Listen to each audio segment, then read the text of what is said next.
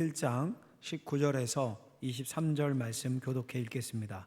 신약성경 142쪽입니다. 유대인들이 예루살렘에서 제사장들과 레위인들을 요한에게 보내어 내가 누구냐 물을 때에 요한의 증언이 이러하니라. 요한이 드러내어 말하고 숨기지 아니하니 드러내야 하는 말이 나는 그리스도가 아니라 한데, 또 묻되 그러면 내가 누구냐? 그러면 누구냐? 내가 엘리야냐? 이르되 나는 아니라. 또 묻되 내가 그 선지자냐? 대답하되 아니라. 또 말하되 누구냐? 우리를 보낸 이들에게 대답하게 하라.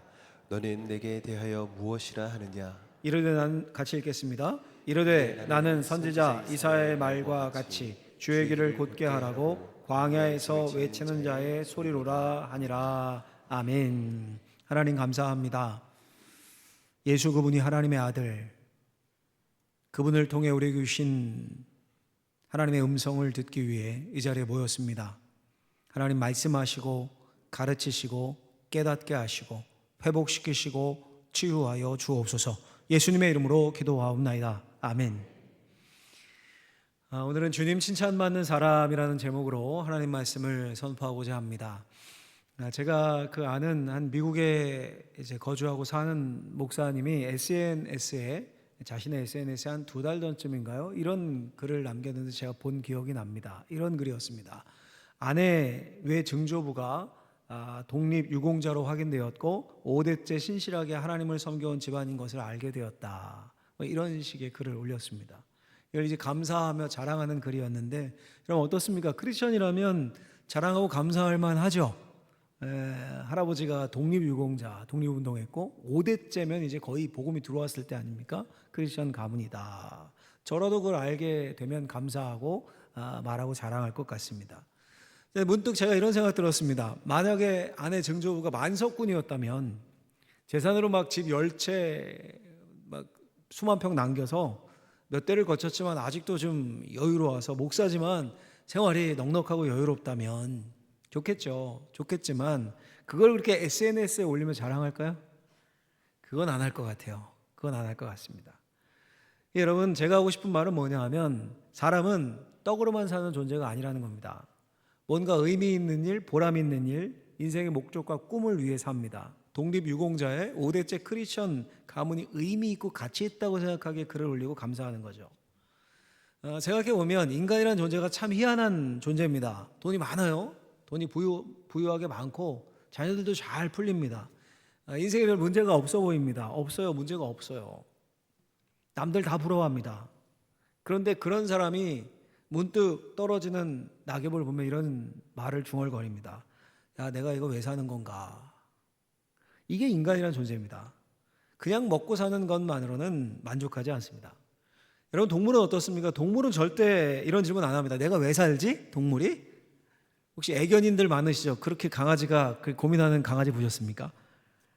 제가 아프리카를 한두 번 갔었는데 누라고 아십니까? 영양 비슷하게 생긴 정말 많던데 종일 머리 받고 풀 뜯어 먹습니다. 종일 가는 내내 보이는 건 다 풀 뜯어 먹고 머리를 들질 않아요. 종일 풀 뜯어 먹습니다. 그냥 먹고 사는 생명에 충실한 겁니다. 그래서 동물에게 자살이 없죠. 왜? 라는 인생의 의미와 목적 자체에 대한 질문을 던지지 않기 때문에.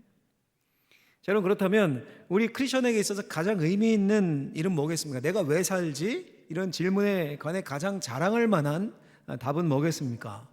알려드릴게요. 하나님의 영광을 위해 사는 것. 다른 말로 하면 우리 주님을 위해 사는 겁니다. 여러분, 주님을 위해 산다고 할 때 내가 스스로 나는 주님을 위해 사는 거다. 내가 이만하면 주를 위해 사는 거지 뭐. 이러면 주님을 위해 사는 겁니까 그게? 일제강점기 때 친일파들의 명분이 다 뭐였습니까? 이거 나라 위한 거다. 나라를 위한 거다. 이게 부국광병을 이루는 길이다. 이러면서 일본에 협력을 한 겁니다. 다 스스로 나라를 위한다고 했습니다. 일본이 그렇게 패망할 걸 꿈에라도 그 시대에 알았겠습니까? 근데 해방 후에는 나라를 배신한 역적이 되었죠. 이런 우리가 하나님의 영광을 위해 주님을 위해 산다라고 말하는 것도 마찬가지입니다. 바리새인과 서기관들 다 하나님 위한다고 하면서 11조 열심히 하고 철저히 하고요. 10에 2조까지 떼고 주일 성수하고 그거 지키겠다고, 안식일 지키겠다고 장로들의 유전이라는 거 전통으로 관습법으로 만들어서 주일 안식일 지켜야 되니까 일하면 안 되니까 무거운 거 들면 그 일하는 거 다 안 되고 엘리베이터 버튼 누르는 것도 그 일이 다 안 되고 이런 식으로 그래서 철저하게 했어요. 근데 결국 예수님을 십자가에 못 박는 주역들이 그들이 되지 않았습니까? 그러니까 스스로는 하나님의 영광을 위해 산다라고 생각을 했습니다. 근데 되려 하나님의 영광을 가렸습니다.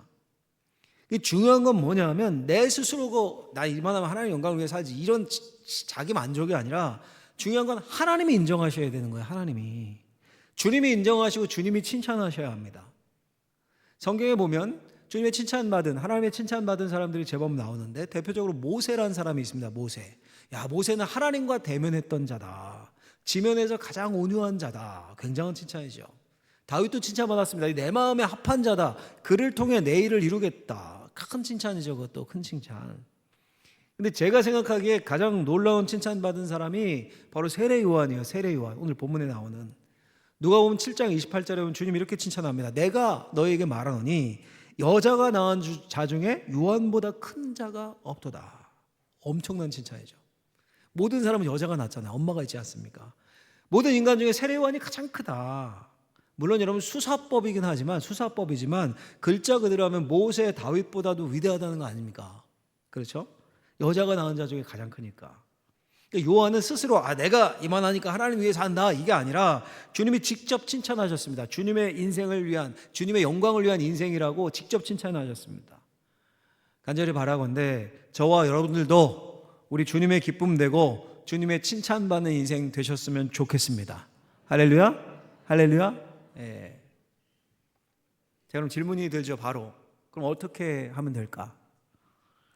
어떻게 하면 이 세례 요한이라는 모델을 우리에게 주셨으니까 오늘 요한을 통해서 세례 요한을 통해서 배워보고자 합니다. 본문을 보면 크게 선명하게 두 가지가 강조가 되는데 두 가지가 첫 번째는 이겁니다. 같이 한번 화면을 보고 읽어보겠습니다.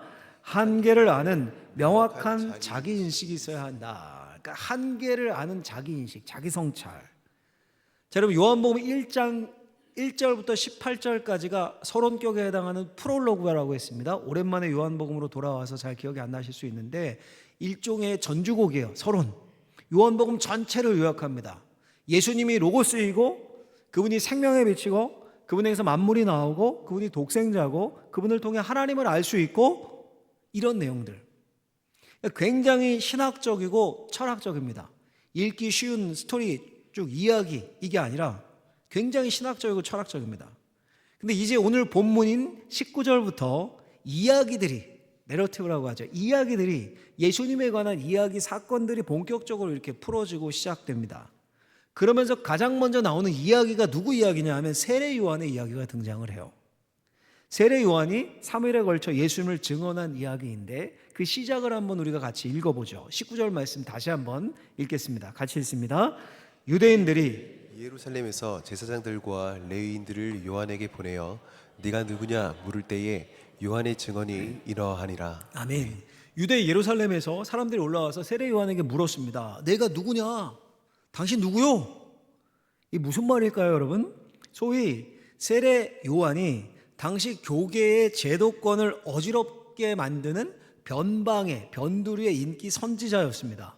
외모부터 파격적이었습니다. 짐승 가죽을 이렇게 다듬고 막 이렇게 해서 입은 게 아니라 그냥 날것 짐승 가죽을 털 그대로 있는 막 이런 걸 그대로 걸치고 달랑이장 허리띠만 하나 질끈 묶고 광야에서 메뚜기와 석청만 먹었어요. 그러니 머리가 어땠겠습니까? 산발이었겠죠. 산발에 수염은 뭐 덥수룩하고 음식이 부족하고 부실하니까 삐쩍 말랐겠죠. 근데 민중들이 열광했습니다. 그를 보고.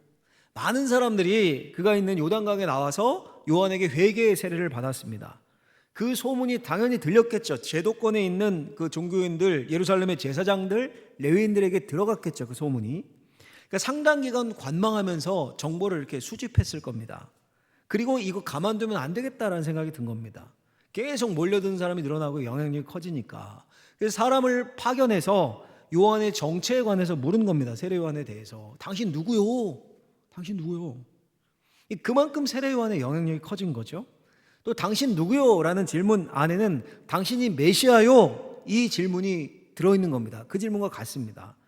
왜냐하면 당시 많은 백성들이 메시아를 갈망하면서 기다렸고 모든 사람의 속으로 혹시 저 세례 요한이 메시아가 아닌가 속으로 생각을 했거든요. 그걸 의미하는 거예요 지금. 그래서 그 질문으로부터 대화가 요한과의 대화가 쭉 이어지는데요. 제가 한번 쉽게 재구성을 했습니다. 오늘 본문을 제가 위에 예루살렘에서 온 자들을 맡을 때니까 여러분들이 좋은 거 하세요. 세례 요한을 여러분들이 하세요. 그래서 한번 읽어보도록 하겠습니다. 내가 누구냐?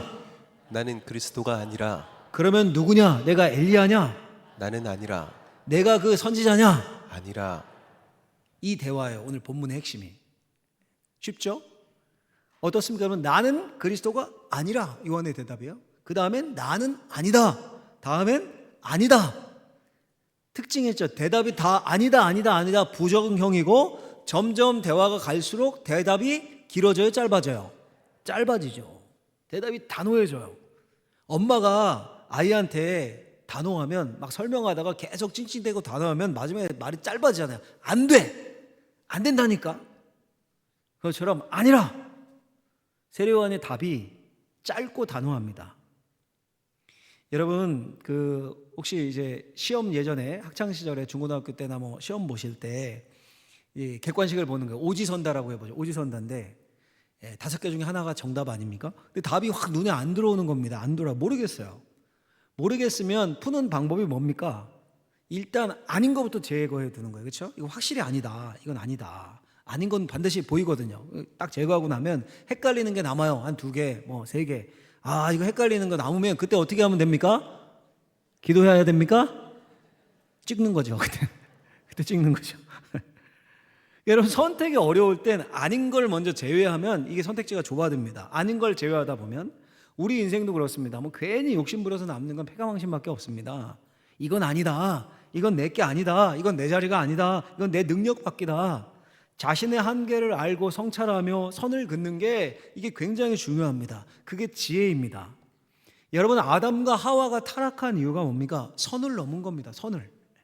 뱀이 꼬셨죠. 너희가 선악과 먹으면 눈이 밝아져서 하나님과 같이 될 거야. 하나님과 같이 될 거야. 그 말에 넘어가서 하나님이 금하신 선악과를 따먹었습니다. 하나님과 같이 되고 싶어서 선을 넘은 거죠. 완벽하게 넘은 거죠. 자신들의 한계를 넘었습니다. 그게 욕심이죠. 결국 에덴 동산에서 쫓겨나고 죽음이 들어오고 그 인생 망하죠. 이스라엘의 초대왕 사울도 마찬가지였습니다. 왜 하나님으로부터 버림받았습니까? 선을 넘었습니다. 왕이라고 다 할 수 있는 게 아니었습니다. 왕에게는 왕의 영역이 있었습니다. 하나님께 드리는 제사를 집리하고 예배를 집리하는 일은 선지자요 제사장인 사무엘의 몫이었습니다. 근데 사무엘이 좀 늦는다고 그 선을 넘어서 자기가 제사를 직접 집리하죠. 자신의 한계를 넘었습니다. 한 번이 아니라 이런 일이 반복되자 결국 하나님께 버림을 받습니다.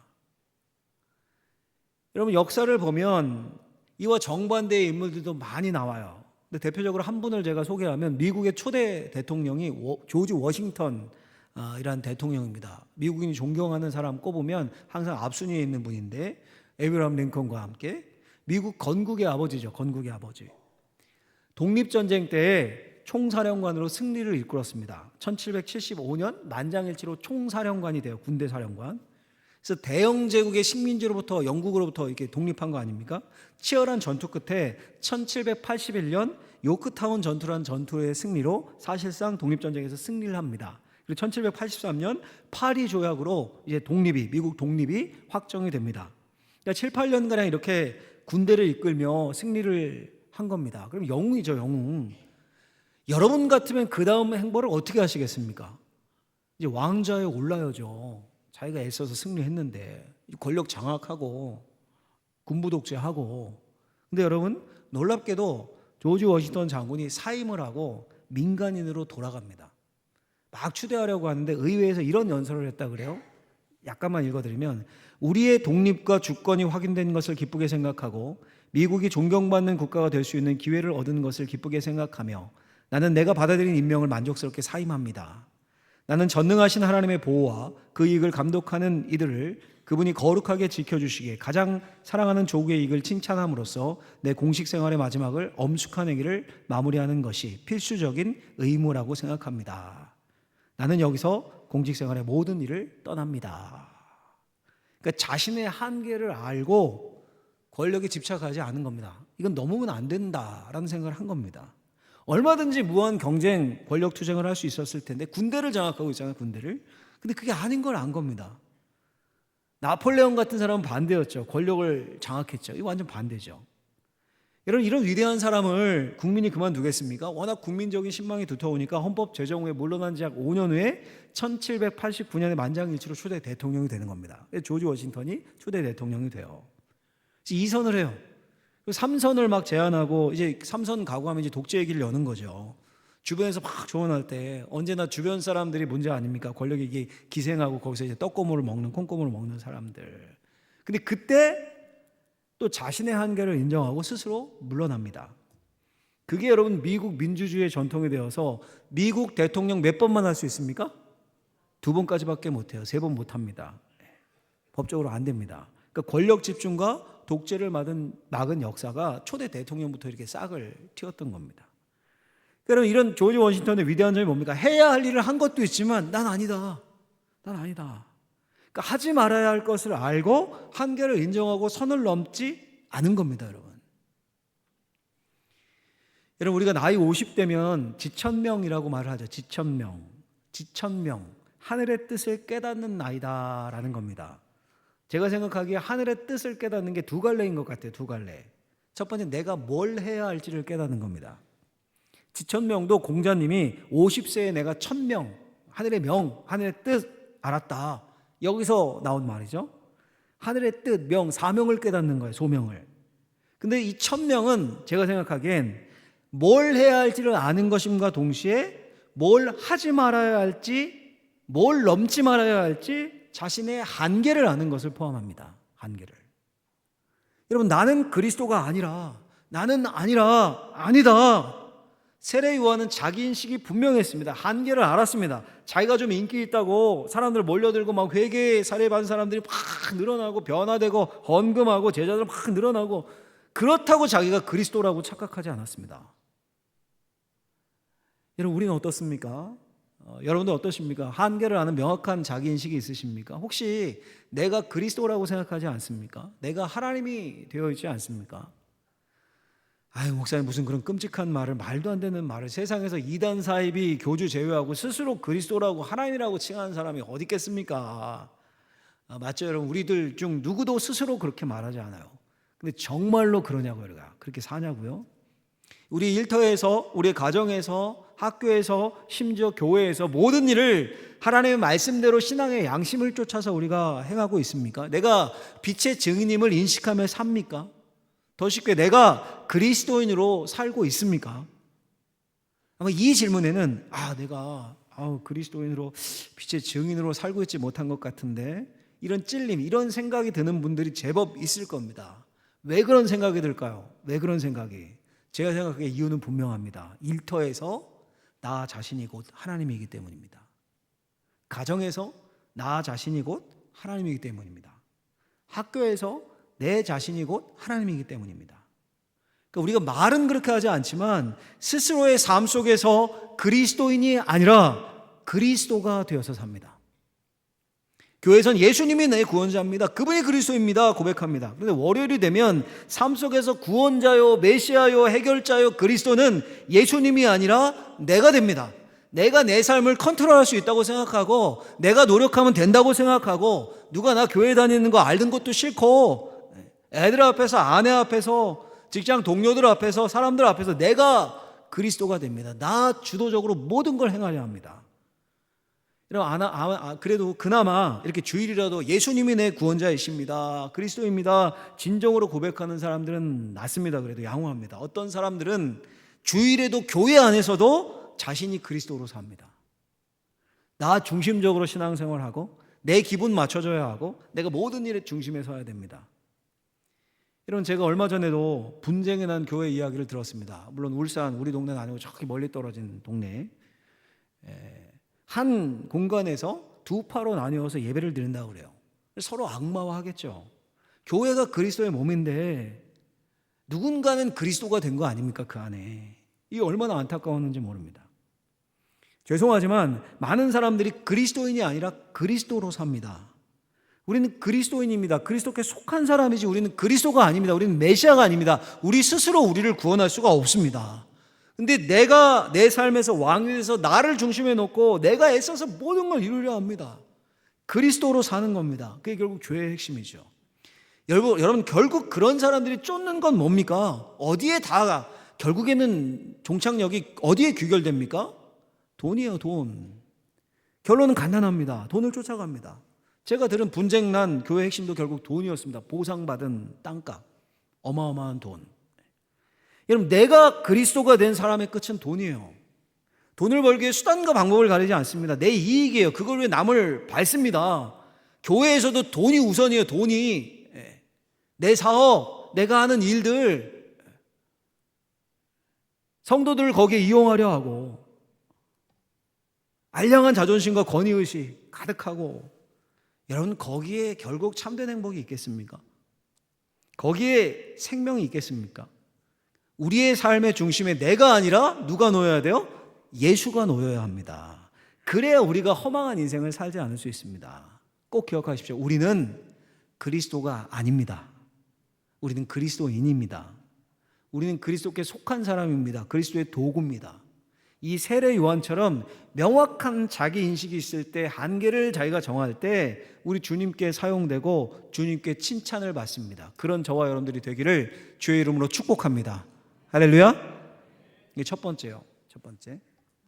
두 번째 한 가지 더 있습니다. 같이 한번 읽어보도록 하겠습니다. 해야 할 일을 확실히 알아야 한다. 첫 번째는 내 한계, 선을 확실히 알고, 두 번째는 그 안에 내가 할 일이 뭔지를 확실히 안다는 거예요. 여러분, 동물과 인간의 차이가 뭡니까? 하나님이 만물을 창조하셨을 때 모든 생명체의 목적은 생명 자체에 있었습니다. 그래서 생육하고 번성하라 말씀 기억하시죠? 생육하고 번성하는 게 목적이었습니다. 인간도 마찬가지입니다. 생명을 유지하며 생육하고 번성하는 게 창조 목적입니다. 그게 이루어지지 않으면 인간은 소멸합니다. 생육하고 번성하지 않은데 우리나라 걱정하는 게 그거 아닙니까? 다 쪼그라들고 애들 안 낳고 생육 번성 안 하니까 이제 인구 소멸되고 나라 없어진다가 먼 훗날 가면 그 이야기 아닙니까? 창조 성리에 어긋나기 때문에 생육하고 번성하는 게 창조의 목적이에요. 근데 인간에게는 또 하나의 목적이 있습니다. 창세기 1장 26절을 보시면 같이 한번 읽어볼까요? 같이 한번 이 구절 읽어보겠습니다. 하나님이 이르시되 우리의 형상을 따라 우리의 모양대로 우리가 사람을 만들고 그들로 바다의 물고기와 하늘의 새와 가축과 온 땅과 땅에 기는 모든 것을 다스리게 하자. 어떻게 하자고요? 다스리게 하자. 여러분 어떻습니까? 인간에게는 생육 번성 플러스 다스리게 하자. 자연 만물을 다스리는 사명을 주셨어요. 이게 인간 맘대로 해도 되고 뭐 막 억압하고 뭐 다 쓰고 고갈시키고 이래도 되고 이게 아니에요. 다스리다라는 말의 원래 의미 영어로 하면 매니저예요. 매니지먼트. 잘 운영하는 거, 문제없게. 이 의미입니다, 이게. 하나님이 아담과 하와를 지으신 후에 주신 명령도 보시면 창세기 2장 15절 말씀 보시면 여호와 하나님이 그 사람을 이끌어 에덴 동산에 두어 그것을 어떻게 했다고요? 경작하며 지키게 하시고. 그러니까 에덴 동산을 경작하고 지키는 사명을 주셔요. 이것도 역시 매니지먼트예요. 매니지하는 거. 잘 운영하는 거. 동물에게는 이런 소명 사명을 주지 않으셨습니다. 그냥 생육 번성하는 거예요. 그러니까 거기에 충실해서 그냥 먹는 거예요. 계속 생육 번식해야 되니까. 근데 인간에겐 이 사명을 주셨다고요. 여러분 영어로 우리가 콜링이라고 하죠. 부르심 소명입니다. 우리 각자에게 하나님 주신 소명과 부르심이 있는 겁니다. 물론 그게 내 진짜 소명과 부르심인지는 최종적으로 자기 스스로 판단을 해야 돼요. 뭐 계시를 받았느네, 뭐 하나님이 시키셨느네, 뭐 목회자 되고 할 때 막 그런 분들이 있는데 뭐 그거 뭐 하나님과 1대1 관계니까 말릴 수도 없고 그 꿈에 뭐 그 음성에 들어가 볼 수도 없는 거 그렇죠? 예. 겉에서 보기에는 아닌 것 같은데 본인은 그렇다니까 그런가 보다 뭐. 예? 중요해요 그거. 물론 기도받고 응답받고 확신 있는 거 너무너무 중요한 겁니다. 그런데 우리가 스스로 점검할 영역도 있습니다. 일단 세 가지 기준을 만족하면 그건 부르심 소명일 가능성이 매우 큽니다. 일단 기도해서 응답 받아야 돼요. 그리고 세 가지 기준 내가 점검해야 할 첫 번째는 뭐냐면 즐겁습니다. 그걸 하면서 즐겁고 재밌는 거예요. 즐겁진 않더라도 적어도 좋아하는 거예요. 여러분 책 읽는 거 죽기보다 싫고 글 읽는 거 너무너무 싫어하고 그럼 목사 되면 됩니까? 안 돼요. 그럼 목사 되면 안 됩니다. 예. 둘째는요, 잘해요. 어떤 사람은 요리를 잘하고요. 같은 재료인데도 그 사람이 하면 기가 막히게 맛있습니다. 된장만 풀었는데 맛있어요, 어떤 분은. 근데 어떤 분은 최상급 재료인데 손만 대면 똥손이라 그러죠. 음식을 먹을 수가 없어요. 간이 안 맞고. 그런 분은 식당 하면 안 되죠. 소명이 아니에요. 부르시면 아니에요. 세 번째는 보람이 있습니다. 보람이. 요리가 소명인 분은요, 남들 먹는 것만 봐도 좋고 막 퍼주고 사람들 즐거워하고, 그럼 자신은 요리하는 거 힘들죠. 힘든데도 보람을 느끼고 더 하고 싶고. 이게 소명을 구분하는 우리 측에서의 볼 때의 기준입니다.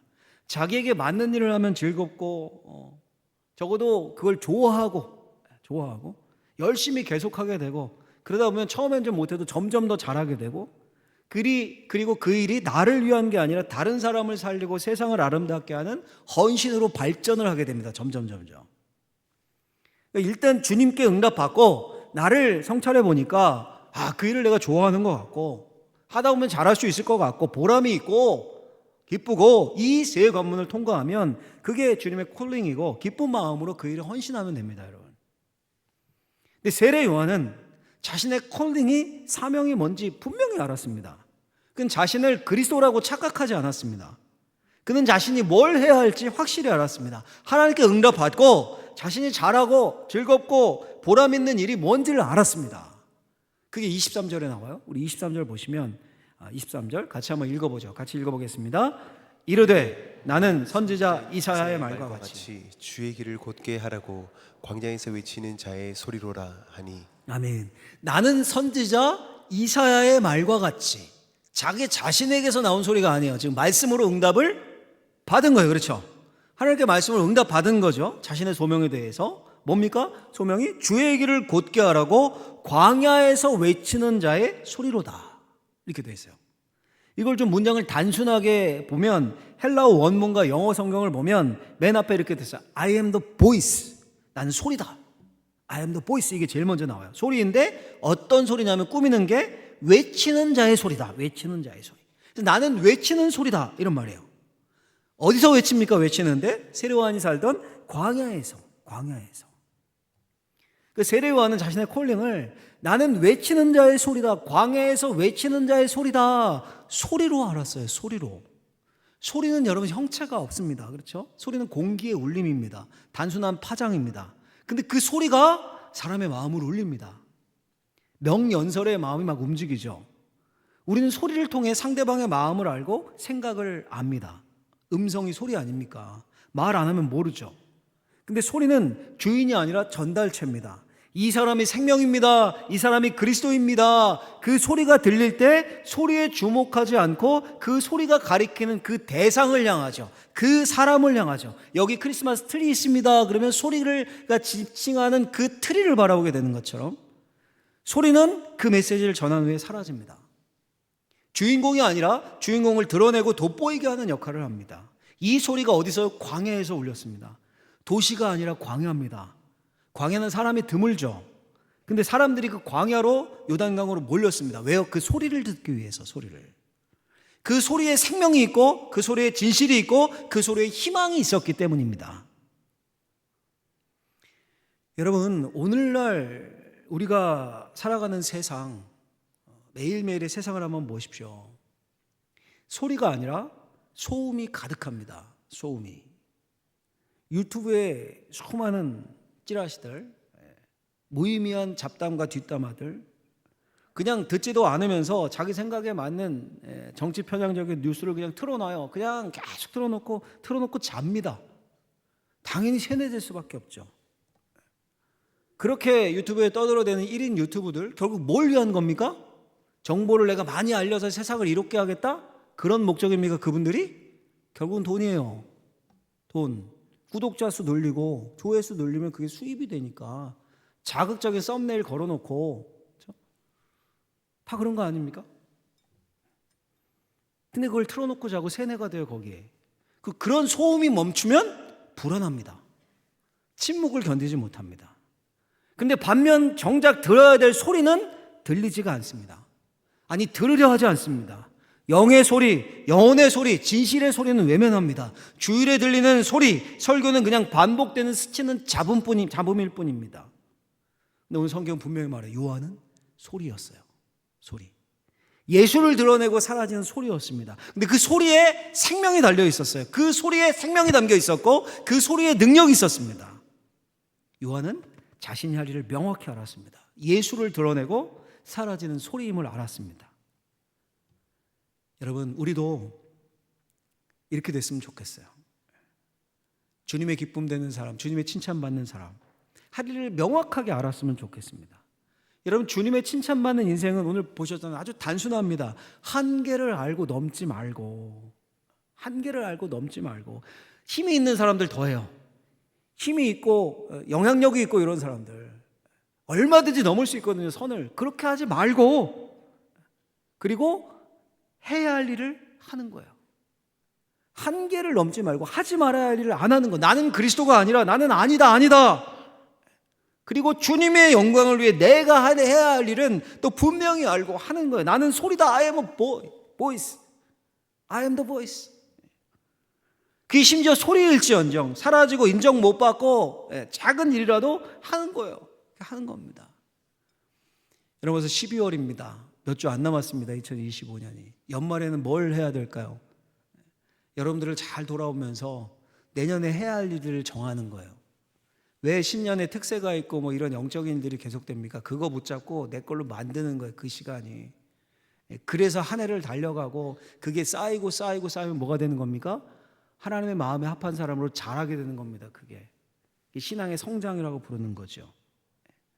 서로 인정받지 못하는 일, 작은 일이라도, 뭐 청소를 하는 일이라도, 교회 아니면 뭐 집안 애들 뒤치다거리라도, 회사에서 잡모일이라도, 그게 내게 줄로 되어주신 현재 하나님 내게 주신 영역이라면 그래서 최선을 다하는 거예요. 최선을. 그리고 그 일 안에 예수님을 담으면 분명히 말씀하셨죠. 먹든지 마시든지 가장 일상적인 일이잖아요. 먹고 마시는 거. 얼마나 그거 안 하면 죽는 그 일상적인 일도 죽게 하듯 하면 하나님 받으신다. 그런 자가 그리스도의 편지가 된다라는 겁니다. 여러분, 우리의 삶에 예수 그리스도가 담긴 걸 알면서 모든 일을 하면 결국 주님께 칭찬받는 인생이 되는 겁니다. 여러분, 간절히 바라건대 우리 사랑하는 방어진일교회 모든 하나님의 사람들, 성도님들이 그런 인생, 주님의 기쁨 되고 주님께 칭찬받는 인생 다 되시기를 예수님의 이름으로 축원합니다. 기도하겠습니다. 하나님 아버지, 감사합니다. 귀한 하나님의 뜻을 우리에게 전달해 주셔서 감사합니다. 하나님, 우리가 그리스도가 아니라 그리스도인으로 살게 해주시고 또 하나님이 원하시는 일들을 기꺼이 감사함으로 감당할 수 있는 우리들이 되게 하여 주옵소서. 그래서 세상의 인정이 아니라 먼저 하나님께 인정받는 인생들 되게 하여 주옵소서. 예수님의 이름으로 기도하옵나이다. 아멘.